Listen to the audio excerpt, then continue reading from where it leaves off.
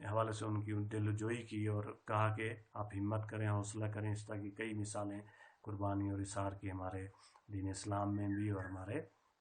تاریخ میں جو ہے وہ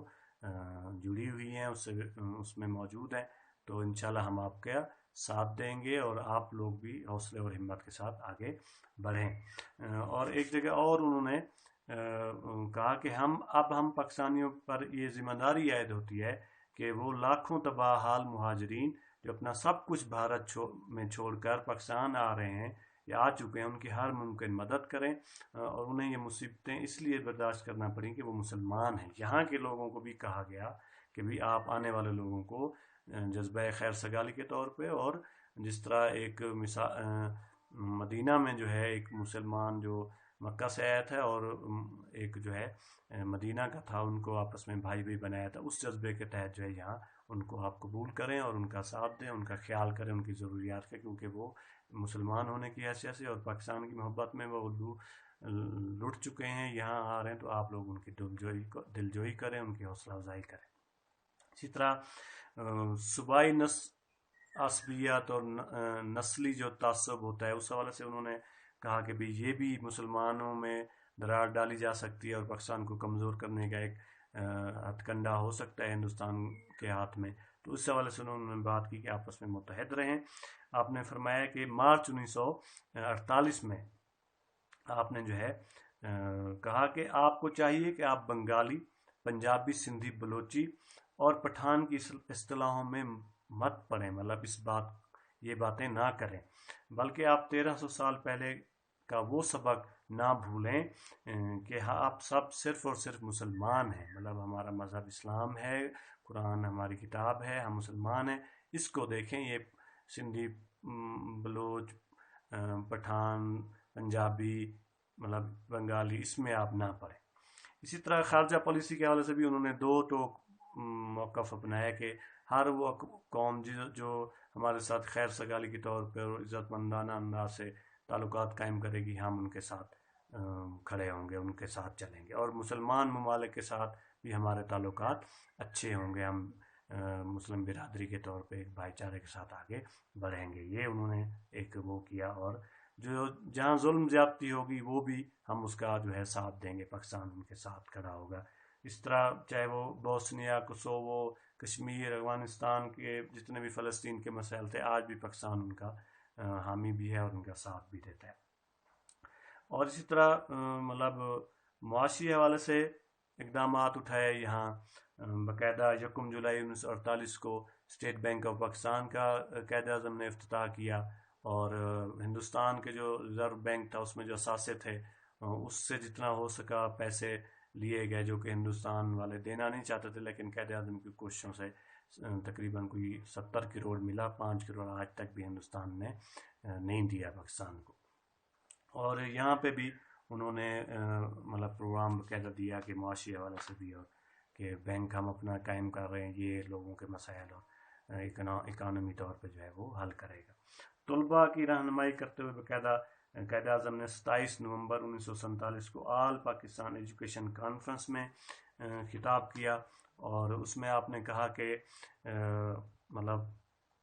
اگر ہمیں فوری اور نتیجہ خیز ترقی کرنی ہے تو پھر ہمیں تعلیم کے شعبے پر بھرپور توجہ دینی ہوگی۔ پشاور میں پھر آپ نے طلباء سے خطاب کرتے ہوئے کہا کہ پاکستان کو اپنے نوجوان بالخصوص طلباء پر فخر ہے، جو آزمائش اور ضرورت کی ہر گھڑی میں ہمیشہ پہلی صف رہے ہیں۔ آپ مستقبل کے معمار ہیں اور مستقبل کی معمار قوم ہیں۔ جو مشکل کام آپ کے سر پر کھڑا ہے اسے انجام دینے کے لیے اپنی شخصیت میں نظم و ضبط پیدا کیجیے، مناسب تعلیم اور تربیت حاصل کیجیے، اور اس نظم و ضبط اور مناسب تعلیم و تربیت کے بحاف پہ ہی آپ اپنے ملک اور قوم کی بہترین خدمت کر سکتے ہیں۔ اسی طرح استحکام پاکستان کے حوالے سے مطلب یہ قائد اعظم کے اہم اقدامات تھے، چاہے وہ خارجہ پالیسی کے حوالے سے انہوں نے مطلب اقدامات کیے، چاہے وہ اکانومی کے حوالے سے اقدامات کیے۔ جب انہوں نے اسٹیٹ بینک کا افتتاح کیا تو اس پہ بھی انہوں نے مطلب ایک اہم اسٹیٹمنٹ جاری کی کہ بھئی مغربی معاشی نظام نے انسانیت کے لیے لامحدود مسائل کھڑے کر دیے ہیں، مغربی طرز کا معاشی نظام ہمارے ملک میں ترقی پیدا نہیں کر سکتا، کیونکہ معاشی نظام جو ان کا ہے اس میں دولت چند ہاتھوں میں سمٹ جاتی ہے، لیکن اسلامی جو نظام ہے اس میں جتنا کوئی کوشش کرتا ہے، جتنا کوئی محنت کرتا ہے، اس کو اتنا اس کا ثمر اور حق ملتا ہے۔ یہ معاشی نظام ہے اسلام کا جو نقطہ نظر ہے۔ اس لیے ہمیں اپنی ترقی اور بہبود کے لیے دنیا کے سامنے ایسا معاشی نظام پیش کرنا ہوگا جس کی بنیادیں اسلامی مساوات اور معاشرتی انصاف پر مبنی ہوں۔ ایسا کرنے سے ہم مسلمان ملک و قوم کی حیثیت سے دنیا کو ایک ایسا نظام جو ہے دینے میں کامیاب ہو جائیں گے جو تمام بنی نوع انسانوں کے لیے امن و ترقی کا پیغام بن کر آئے گا۔ یاد رہے کہ امن سے ہی انسانیت کی بقا اور خوشحالی وابستہ ہے۔ یہ انہوں نے معاشی ترقی کے حوالے سے ایک نظام دیا۔ مطلب یہ تمام امور تھے جس پہ ہم نے آپ سے بات کی، اور کیونکہ چاہے پاکستان ایک نوزائیدہ ریاست تھی، ہندو اور انگریز دونوں اس کے خلاف تھے، ابتدائی مشکلات انہوں نے کریٹ کی، چاہے وہ نہری پانی کا مسئلہ تھا، چاہے وہ انتظامی مطلب حوالے سے مسائل تھے، وہ ریاستی حوالے سے زیادتی تھی، کشمیر کا مسئلہ آج تک آپ دیکھ رہے ہیں۔ اس طرح ریڈ کلف کی طرف سے جو ایوارڈ اور پنجاب اور بنگال کی جو حد بندی کمیشن مقرر کیا گیا اس میں اس نے زیادتی کی، فوجی ساز و سامان کے حوالے سے زیادتی کی گئی، اور ان سارے چیزوں کو دیکھتے ہوئے معاشی حوالے سے، پیسوں کے حوالے سے، تو قائد اعظم نے یہ دیکھا کہ ہندو یہ چاہ رہے ہیں کہ پاکستان اپنے قدموں پہ کھڑا ہی نہ ہو سکے، ایک مضبوط ریاست اور ایک مستحکم ریاست کے طور پہ ابھر ہی نہ سکے۔ تو لوگوں کو بھی ہندوؤں کی طرف سے یہ پروپیگنڈا کیا گیا کہ پاکستان چل ہی نہیں سکتا، یہاں لوگ ہی نہیں ہیں، ان کے پاس اہل مطلب جو کام کرنے والے اہل لوگ نہیں ہیں، تو یہ ملک نہیں چل سکے گا۔ یہ دوبارہ اکھنڈ ہندوستان کا جو ہندوؤں کا نعرہ تھا، ہندوستان کے جھولی میں جو ہے پاکستان آ کے گرے گا، اور دوبارہ یہ مجبور ہو کے کہیں گے، ابوالکلام آزاد بھی یہی کہتے تھے کہ بھی پاکستانی چلا نہیں سکیں گے، اور یہ کیونکہ ان کے پاس اہل لوگ نہیں ہیں تو یہ دوبارہ آ کے کہیں گے کہ ہم آپ کے ساتھ شامل ہونا چاہتے ہیں۔ اس چیز کو ختم کرنے کے لیے، پاکستانیوں کا اور پاکستانی قوم کا جو حوصلہ بلند کرنے کے لیے، مورال بلند کرنے کے لیے، ان کو ایک اعتماد ان کو دلانے کے لیے قائد اعظم نے ملکی دورے کیے، تمام شعبہ کے لوگوں سے، چاہے طلباء تھے، چاہے وہ سول فوجی افسران تھے، چاہے وہ دیگر مطلب ایسے امور جن میں یا ایسے پہلو تھے جس طرح صوبائی تعصب ہے، نسلی تعصب ہے، زبان کا تعصب ہے، اس کو کور کیا اور پاکستان کو مضبوط سے مضبوط کیا۔ اور ایک وقت آیا کہ پاکستان آج آپ کے سامنے ایٹمی طاقت ہے اور دنیا کے سامنے ایک کامیاب ملک کے حیثیت سے جو ہے آگے سے آگے بڑھ رہا ہے، اور ہم سب دعا گو ہیں کہ قائد اعظم کی اور ہمارے دیگر رہنماؤں کی اور مسلم لیگ کی کوششوں کا جو ثمر ہے وہ آگے بڑھے، لوگوں کو پاکستان کے مسائل کو سمجھتے ہوئے ہمارے مطلب تمام رہنما، ہمارے تمام افسران، ہماری پوری قوم جو ہے مل کے اس ملک کو جو ہے رات دن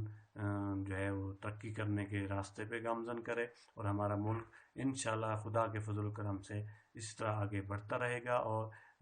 دشمن کی جو بھی سازشیں وہ ناکام سے ناکام ہوتی جائیں گی۔ یہ آج کا ہمارا لیکچر تھا جو کہ استحکام پاکستان کے حوالے سے شروع میں قائد اعظم نے اقدامات اٹھائے۔ ان کی صحت حالانکہ ساتھ نہیں دے رہی تھی، انہوں نے اپنے ڈاکٹر کو روک دیا کہ میری جو ان کو ٹی بی کا مرض تھا کہ یہ تپے دق جو ہے یہ آپ نے کسی کو نہیں بتانا، اور بعد میں پھر یہ ماؤنٹ بیٹن نے اور دیگر ہندو رہنماؤں نے بھی اس کا ذکر کیا کہ اگر ہمیں پتہ چل جاتا کہ قائد اعظم ایک مہلک مرض میں مبتلا ہیں تو ہم ڈیلے کرتے، مطلب پاکستان کو بنانا یا جو ہندوستان کی تقسیم ہے اس کو ہم تھوڑا ڈیلے کرتے، اس کو روکتے، اور پھر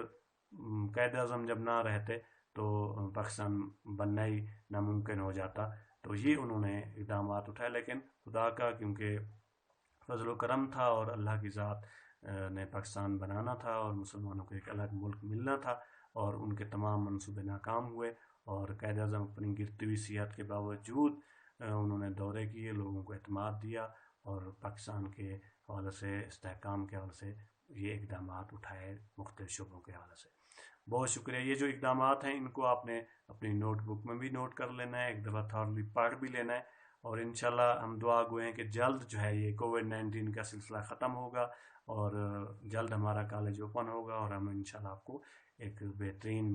لیکچر کے ساتھ جو ہے تفصیلی کلاس روم میں پڑھا رہے ہوں گے۔ بہت شکریہ۔ السلام علیکم ورحمۃ اللہ وبرکاتہ۔